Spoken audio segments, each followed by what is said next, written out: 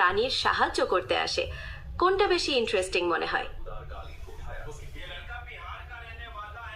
জ্ঞানী প্রাণীর সাহায্য গল্পে একটা নতুন মাত্রা যোগ করতে পারে।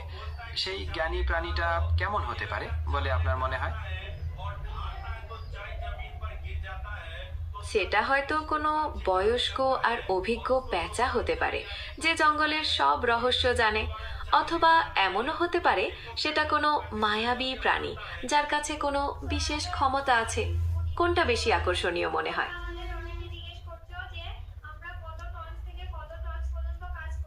মায়াবী প্রাণীটা বেশ আকর্ষণীয় হবে। তার কাছে কি ধরনের ক্ষমতা থাকতে পারে? হুম, হয়তো সে দিক পরিবর্তন করার ক্ষমতা থাকতে পারে, যাতে তারা কখনো পথ না হারায়।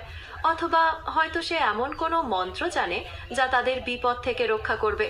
কোন ক্ষমতাটা আপনার বেশি জরুরি মনে হয়?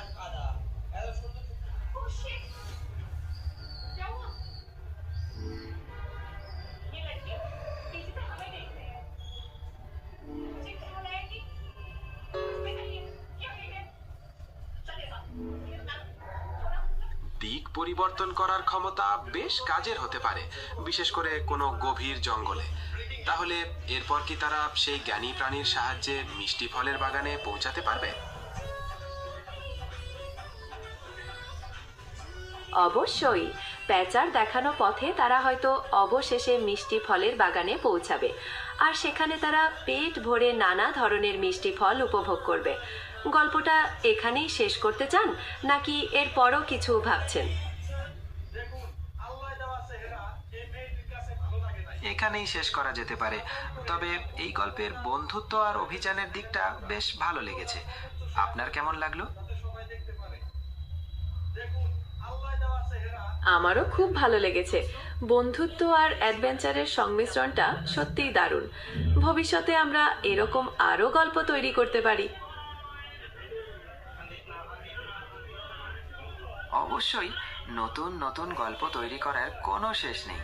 আপনার পছন্দের কোনো বিশেষ উপাদান আছে গল্পে রাখার জন্য? হুম, রহস্য আর অপ্রত্যাশিত মোড় থাকলে গল্প জমে বেশ। আপনার কি মনে হয়?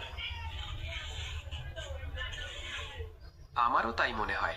রহস্যময় কিছু উপাদান গল্পকে আরো বেশি আকর্ষণীয় করে তোলে।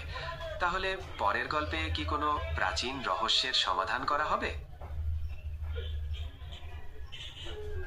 ভাবনাটা দারুণ। তাহলে পরের গল্পে আমাদের বন্ধুরা কোনো